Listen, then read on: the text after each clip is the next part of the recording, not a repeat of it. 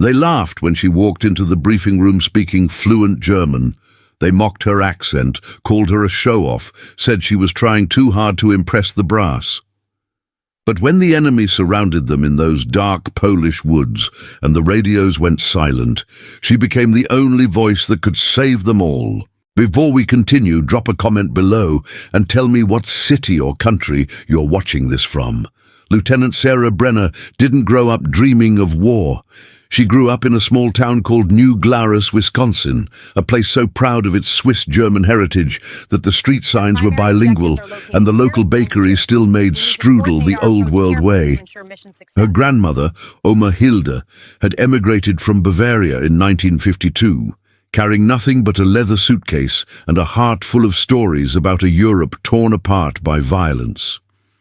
Every night before bed, Oma would speak to Sarah only in German, teaching her the language through fairy tales, songs, and memories of a world Sarah could barely imagine.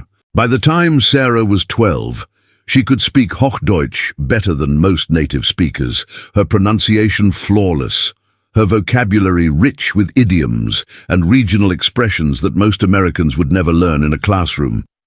But speaking German in a small Wisconsin town didn't make you special. It made you different, and different in high school meant isolated.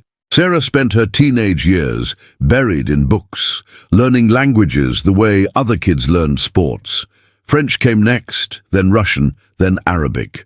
By 17, she was fluent in 6 languages and had nowhere to use any of them except online chat rooms and dusty library corners. Her guidance counselor told her to major in international business. Her father, a carpenter with rough hands and a practical mind, told her to become a teacher. But Sarah wanted more than a predictable life in a predictable town. She wanted to matter. So on a grey November morning, 2 weeks after her 18th birthday, Sarah walked into the Army recruitment office in Madison and signed her name on a contract that would change her life forever. The recruiter, a wiry sergeant with a southern drawl, looked at her language scores and whistled low. "You're going to be an intel gold mine, kid," he said, shaking her hand. "Welcome to the United States Army." Basic training at Fort Jackson was a blur of mud, shouting, and sleepless nights. Sarah wasn't the strongest recruit, wasn't the fastest, wasn't the toughest. But she was smart, and she learned quickly how to survive in a world built for people bigger and meaner than her. She kept her head down, followed orders, and never complained, even when her body screamed for rest. The drill sergeants respected that. Grit, they called it. The kind of quiet determination that couldn't be taught. After basic, Sarah was assigned to the Defense Language Institute in Monterey, California, where she spent 18 months perfecting her German and adding Pashto to her repertoire. The military didn't waste talent like hers. By the time she graduated, she'd been recruited into a specialized intelligence unit attached to the 75th Ranger Regiment, one of the Army's most elite fighting forces. Her job wasn't to kick down doors or pull triggers. Her job was to listen, translate, analyze, and advise. She was the bridge between worlds, the voice that turned chaos into clarity. But respect didn't come automatically. Not for a woman, not in the Rangers. When Sarah arrived at Fort Benning, Georgia for pre-deployment training, she walked into a room full of men who looked at her like she was a lost intern. They were huge, most of them, with shoulders like truck axles and hands that could crush cinder blocks. They wore their Ranger tabs like crowns, their combat patches like medals of honor. And here was Sarah Brenner, 5'6", 130 pounds, with wireframe glasses and a notebook tucked under her arm, walking into their world like she belonged. "Who's the librarian?" one of them muttered loud enough for her to hear. Laughter rippled through the room. Sarah didn't react. She'd learned long ago that responding to mockery only fed it. Instead, she found a seat in the back, opened her notebook, and waited for the briefing to start. But the whispers didn't stop. They never did. The deployment came 3 weeks later. Sarah and her unit were sent to a NATO training base in eastern Poland, near the border with Belarus. Officially, they were there to train Polish special forces in counter-terrorism tactics. Unofficially, they were there to send a message to Moscow. The United States was watching, and it wasn't backing down. Tensions in the region had been escalating for months. Russian military exercises along the border had grown more aggressive, more frequent. Intelligence reports suggested that Wagner Group mercenaries, Russian paramilitary contractors with a reputation for brutality, were operating in the area, conducting reconnaissance and testing NATO's response times. Sarah's role was straightforward: monitor communications, translate intercepted transmissions, and provide real-time intelligence to the Ranger team during joint operations. It was a desk job mostly, spent in a cramped operations center with flickering monitors and the constant hum of radio chatter. The Rangers tolerated her presence because they had to, but they didn't include her, didn't ask her opinion, didn't even look at her most of the time. Except for one. Staff Sergeant Marcus Webb was the team's second in command, a quiet Texan with a scarred jawline and eyes that seemed to see straight through people. He'd done 4 tours in Afghanistan, 2 in Iraq, and had more combat experience than most officers twice his rank. He was also the only one who treated Sarah like a soldier instead of a secretary. "You speak Russian?" he asked her one evening in the chow hall. Sarah looked up from her tray, surprised. "Yes, Sergeant." "How well?" "Fluently. I can handle most dialects." Webb nodded slowly, chewing thoughtfully on a piece of bread. "Good. We might need that." It was the first real conversation she'd had with anyone in the unit. 2 days later, everything changed. The mission was supposed to be routine. A joint patrol with Polish forces through the Białowieża forest, a dense wilderness that straddled the Polish-Belarusian border. The objective was simple: show presence, gather intelligence, demonstrate solidarity. Nothing dangerous, nothing complicated, just boots on the ground and eyes on the terrain. Sarah wasn't supposed to go. Field missions weren't part of her job description, but the unit's usual translator, a Polish liaison officer named Lieutenant Kowalski, had come down with severe food poisoning the night before, leaving the team without a German or Russian speaker. Captain Rourke, the commanding officer, was furious. They couldn't postpone the mission without losing credibility with the Polish forces, but they also couldn't operate without a translator. "Brenner," Rourke barked, pointing at Sarah across the operations center. "You're coming with us." Sarah's heart jumped into her throat. "Sir, I'm not trained for—" "I don't care. You speak the languages. That's all I need. Grab a vest and a rifle. We leave in 30. 30 minutes later, Sarah found herself in the back of an armored Humvee, bouncing down a dirt road into the heart of the Białowieża forest. She wore body armor that was too big for her frame, carried an M4 rifle she'd only fired on a range twice, and felt completely, terrifyingly out of her depth.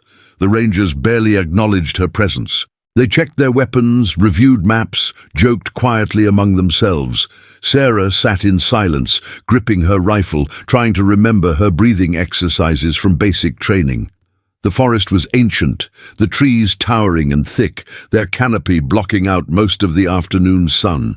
The air smelled like wet earth and pine. It was eerily quiet, the kind of silence that made every footstep sound like an explosion. The patrol moved slowly, cautiously, scanning the shadows for any sign of movement. The Polish soldiers walked point, their rifles raised, their faces tense. The Rangers followed close behind, professional and alert. Sarah stayed in the middle of the formation, trying not to slow anyone down. They'd been walking for 2 hours when the radios started acting up. Static, interference, then nothing. Complete silence. "Comms are down," Webb reported, his voice calm but tight. Captain Rourke cursed under his breath. "Check the equipment." They checked. Everything was functioning perfectly. which meant the problem wasn't technical, it was intentional. Someone was jamming them. And then the world exploded. The first shots came from the north, ripping through the trees with sharp, echoing cracks. One of the Polish soldiers went down immediately, blood spraying from his shoulder. The rest of the patrol dove for cover, scrambling behind trees and fallen logs. Sarah hit the ground hard, her rifle clattering against a rock. Her ears rang, her heart hammered. She couldn't breathe. "Contact north! Contact north!" someone screamed. More gunfire erupted, this time from the east.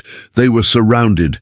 Captain Rourke shouted orders, but Sarah couldn't hear them over the chaos. The Rangers returned fire, their rifles barking in controlled bursts. The Polish soldiers did the same, their faces pale with fear. Sarah pressed herself flat against the dirt, trying to make herself as small as possible. This wasn't supposed to happen. This was supposed to be routine. "Brenner, get your head up!" Webb's voice cut through the noise. Sarah forced herself to look up. Webb was crouched behind a thick oak tree 10 feet away, his rifle aimed into the forest. "We need to know who's shooting at us. Listen to their chatter." Sarah's mind went blank. Listen to what? She couldn't hear anything except gunfire and screaming. Then, through the chaos, she heard it. A voice, speaking Russian.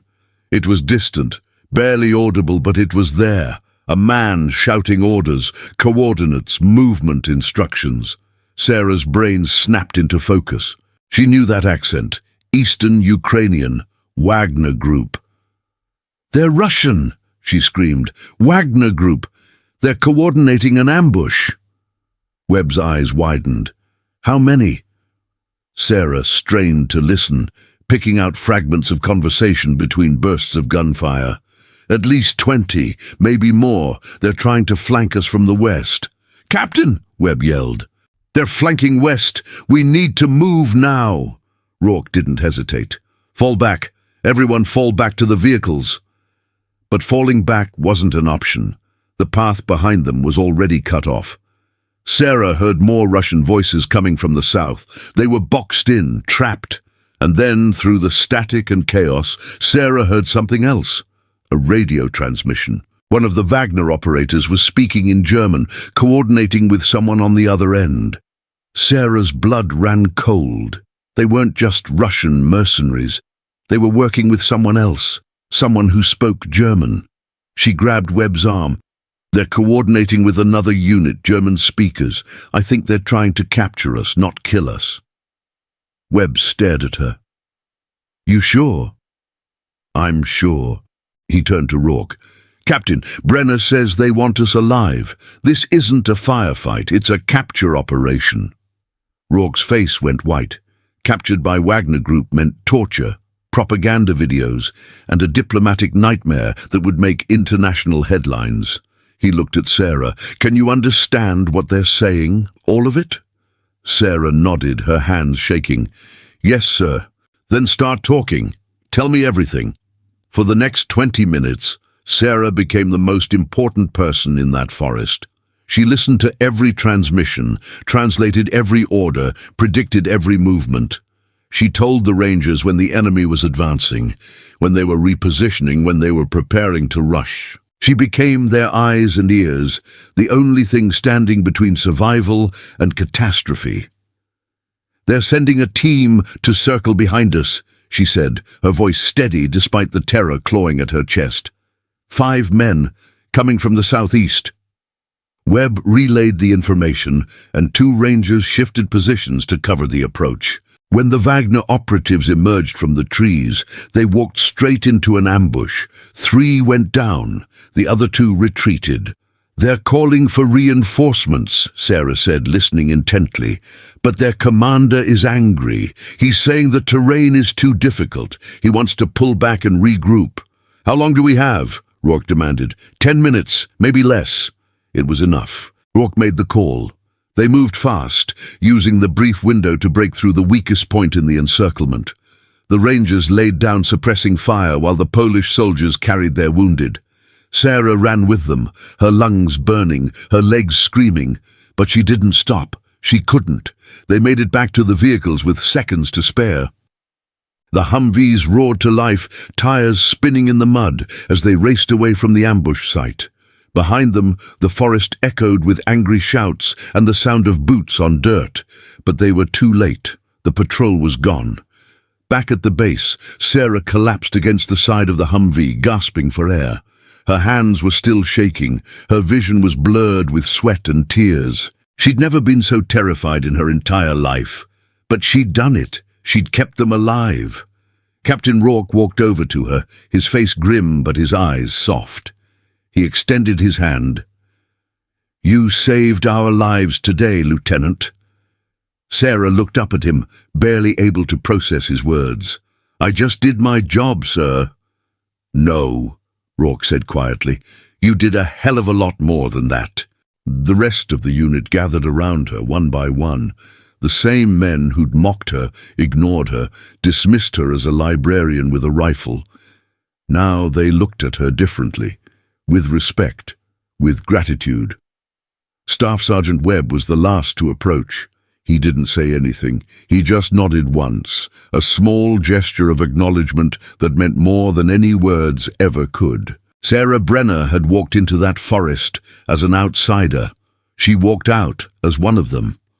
The days following the ambush were a whirlwind of debriefs, intelligence reports, and diplomatic fallout. The Polish government was furious. NATO command was on high alert. The Wagner Group's presence in the region was no longer a rumor. It was a confirmed threat, and Sarah's translations had provided the proof. Her intercepts were analyzed, cross-referenced, and used to build a comprehensive intelligence picture of Russian paramilitary operations along the border. But Sarah didn't care about the politics or the headlines. She cared about the fact that, for the first time in her military career, she felt like she truly belonged. The Rangers treated her differently now. They invited her to training exercises, asked her opinion on mission planning, included her in their dark humor and inside jokes. She was no longer the outsider, the translator, the woman who didn't fit. She was a soldier, a ranger, one of them. But respect came with expectations, and Sarah was determined not to disappoint. 3 weeks after the ambush, intelligence intercepted another transmission. Wagner Group operatives were planning a major operation near the Lithuanian border, targeting a NATO supply convoy. The intercepts were in Russian and German, scrambled and coded, nearly impossible to decipher without a native-level speaker. Sarah spent 48 hours straight in the operations center, piecing together fragments of conversations, identifying voice patterns, mapping out the enemy's strategy. She barely slept, barely ate, but when she finally cracked the code, she handed Captain Rourke a complete breakdown of the enemy's plan, timing, routes, personnel, everything. Rourke stared at the report, then at Sarah. "How the hell did you do this?" Sarah shrugged, exhausted. "I just listened. The Rangers used her intelligence to set up a counter-ambush.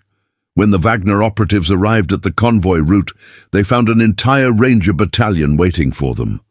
The operation was a complete success. 0 casualties on the NATO side, 15 enemy combatants captured. The Wagner Group's network in the region was crippled, and Sarah Brenner's name was quietly added to a classified list of intelligence assets considered invaluable to U.S. military operations in Europe. But success came with a price. The Wagner Group knew they'd been compromised, and they knew how. Late one night, Sarah was working alone in the operations center when an encrypted message appeared on her screen. It was addressed to her personally, written in flawless German. The message was simple, chilling. "Wir wissen, wer du bist." "We know who you are." Sarah's blood turned to ice. She immediately reported it to her superiors, but the damage was done. The enemy had identified her, marked her. She was no longer just a translator, she was a target. Captain Rourke called her into his office the next morning. "We're pulling you out," he said bluntly. "You're too valuable to risk." Sarah shook her head. "Sir, with respect, I didn't join the army to hide when things get dangerous. This isn't about bravery, Lieutenant. This is about strategic assets. You're one of the best intelligence officers I've ever worked with. Losing you would be a disaster. Then don't lose me, Sarah said firmly. Let me do my job. Rourke studied her for a long moment, then sighed. You're stubborn as hell, Brenner. Yes, sir. Fine, but you don't leave the base without a security detail. And if I say you're out, you're out. Understood. Understood. Sarah returned to work, but the knowledge that she was being hunted weighed on her like a stone. Every shadow felt dangerous. Every unfamiliar face felt like a threat.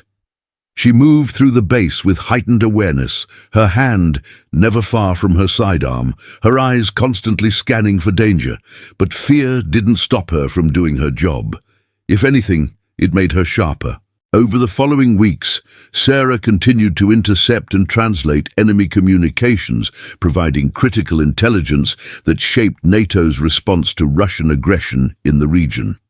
She worked 18-hour days, analyzing voice patterns, decoding encrypted messages, identifying key operatives. Her work was meticulous, exhausting, and absolutely essential. And then, one cold November evening, everything came to a head. Intelligence had picked up chatter about a high-value Wagner Group commander operating near the Polish border. Codename Der Schäfer, the Shepherd. He was believed to be coordinating multiple paramilitary cells across Eastern Europe, and capturing him would be a major blow to Russian operations. But he was also notoriously elusive, constantly moving, never staying in one place for more than a few hours. Sarah had been tracking his communications for days, listening to his voice, learning his patterns, predicting his movements. She knew his accent, Bavarian like her grandmother's. She knew his cadence, his word choices, his tells. And late one night, listening to an intercepted transmission, she heard something that made her heart stop. The shepherd was planning to cross into Poland tonight. She ran to find Captain Rourke. "Sir, I know where he's going to be." Rourke looked up from his desk, eyes narrowed. "You're certain?" "I'm certain." Within an hour, a joint task force was assembled. Rangers, Polish special forces, and intelligence support. The operation was high-risk, time-sensitive, and potentially catastrophic if it went wrong. But the opportunity was too good to pass up. Sarah was supposed to stay at the base, monitoring communications from the operations center. But as the teams prepared to move out, Captain Rourke made a decision that surprised everyone. "Brenner, you're coming with us." Sarah's eyes widened. "Sir, you're the only one who can identify his voice in real time. If we intercept any transmissions during the operation, I need you there to translate immediately. No delays." It was a field promotion, in every sense of the word. Sarah grabbed her gear and climbed into the lead vehicle, her heart pounding with a mix of terror and exhilaration. The drive to the intercept point took 2 hours, winding through dark country roads and dense forests. The night was pitch black, the moon hidden behind thick clouds. The only light came from the Humvee's tactical displays and the faint glow of distant farmhouses. The task force set up an ambush along a narrow forest road, positioning vehicles and personnel in a V-shaped formation designed to funnel the target into a kill zone. Sarah crouched behind an armored Humvee with a radio headset clamped over her ears, listening intently to the encrypted frequencies, and then, through the static, she heard it. His voice. Der Schäfer. He was close. Very close. "They're 5 minutes out," Sarah whispered into her mic. "3 vehicles. He's in the second one." "Copy that," Rourke replied. "Everyone hold position." The minutes crawled by like hours. Sarah's hands were slick with sweat. Her breath came in short, shallow gasps. This was it, the moment that would define everything. Headlights appeared in the distance, cutting through the darkness. 3 vehicles, just as Sarah had predicted. They moved slowly, cautiously, clearly aware that they were in hostile territory. The trap was perfect. But then, something went wrong. One of the Polish soldiers, a young private who'd never seen combat, panicked. He opened fire too early, his rifle barking wildly into the night. The lead vehicle swerved, trying to turn around. Chaos erupted. The Rangers opened fire, rounds slamming into metal and glass. The second vehicle, the one carrying Der Schäfer, accelerated hard, trying to break through the ambush. "He's running!" Webb shouted. "Don't let him get away!" But the vehicle was too fast, too agile. It smashed through a wooden fence and disappeared into the forest, its taillights vanishing into the trees. "Damn it!" Rourke slammed his fist against the Humvee. "We lost him." Sarah ripped off her headset and ran to the edge of the road, staring into the forest. She could hear the vehicle's engine fading into the distance. They'd been so close, so damn close. And then she heard it again, his voice, on the radio. Der Schäfer was calling for extraction, giving coordinates, shouting orders in rapid-fire German, and Sarah understood every word. She spun around. "I know where he's going." Rourke looked at her. "Where?" "There's an old logging road 3 kilometers west. He's heading there. He has a helicopter waiting." "How do you know?" "Because I'm listening to him right now." Rourke didn't hesitate. "Mount up! Everyone back in the vehicles! We're going after him!" The Humvees roared back to life, tires spinning as they tore down the forest road. Sarah clung to the radio, listening to every word Der Schäfer said, guiding the convoy through the darkness like a hunter, tracking wounded prey. "Turn left at the next fork," she said. "He's 2 kilometers ahead." The vehicles turned hard, branches scraping against metal. The forest closed in around them, the trees so thick they blocked out what little light remained. "He's slowing down," Sarah said, her voice tight. "He's reached the extraction point." "How long until the helicopter arrives?" Rourke demanded. Sarah listened intently. 5 minutes, maybe less. Then we move fast." The Humvees skidded to a stop at the edge of a clearing.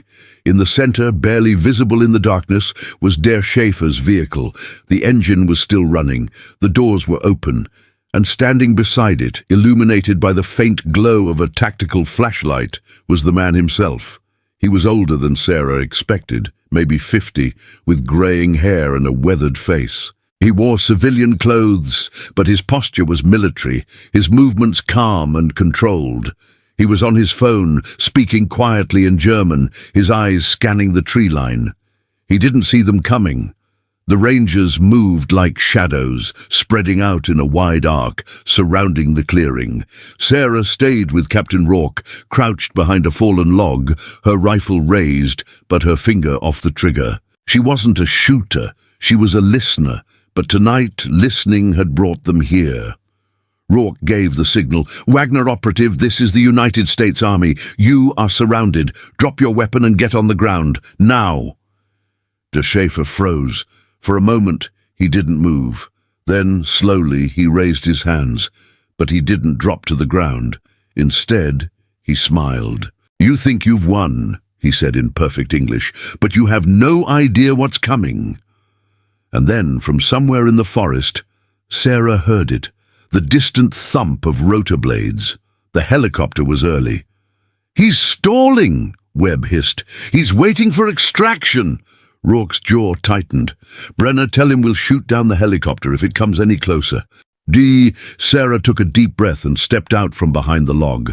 Her voice was steady, clear, and spoken in flawless German. "Der Helikopter wird abgeschossen, bevor landet. Sie haben keine Fluchtmöglichkeit." "The helicopter will be shot down before it lands. You have no way out." Der Schäfer's smile faltered. He stared at Sarah, his eyes narrowing.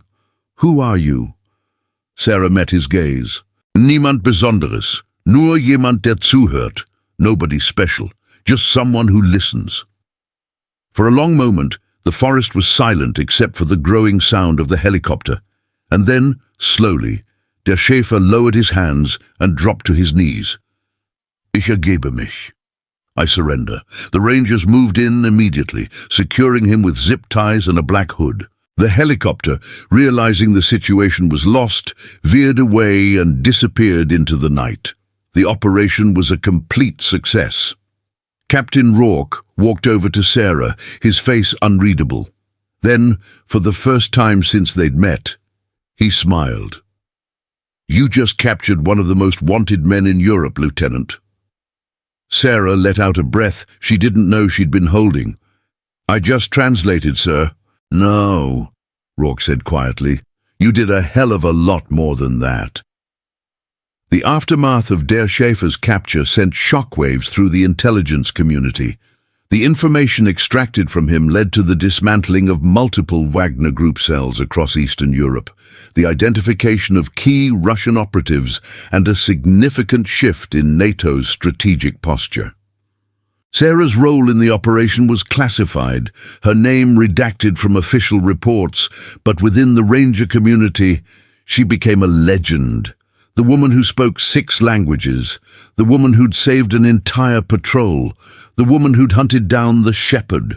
But Sarah didn't care about the praise or the recognition. What mattered to her was the respect, the knowledge that she'd proven beyond any doubt that her place in the military wasn't a favor or a quota.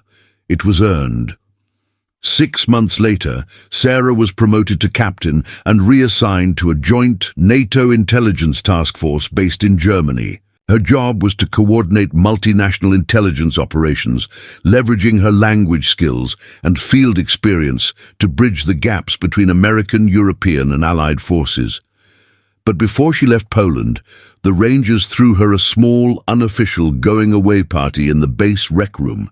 There were no speeches, no formalities, just beer, bad pizza, and the kind of quiet camaraderie that only soldiers understand.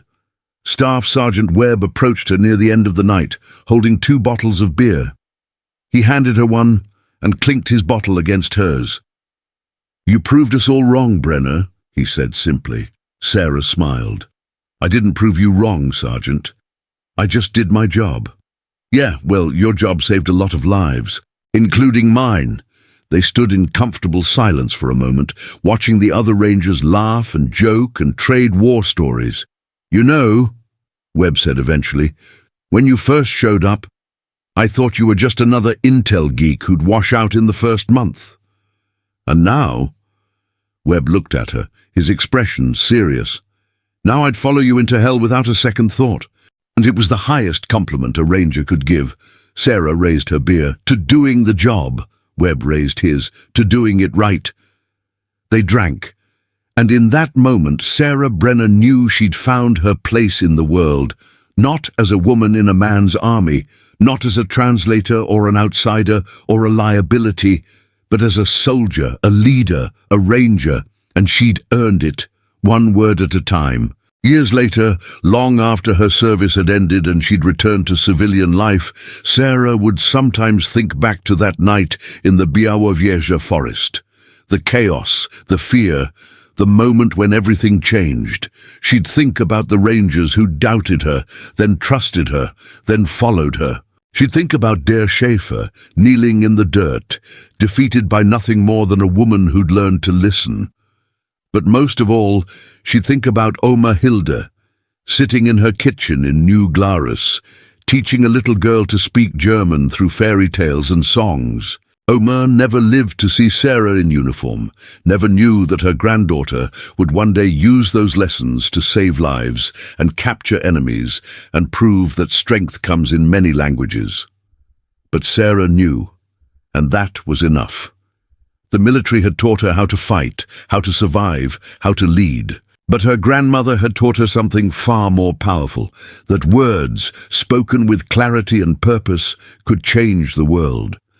And on that dark night in the Polish forest, when the radios went silent and the bullets flew and the enemy closed in, Sarah Brenner had used her words to save them all. They'd laughed when she spoke German. They'd mocked her accent, dismissed her skills, doubted her place among warriors.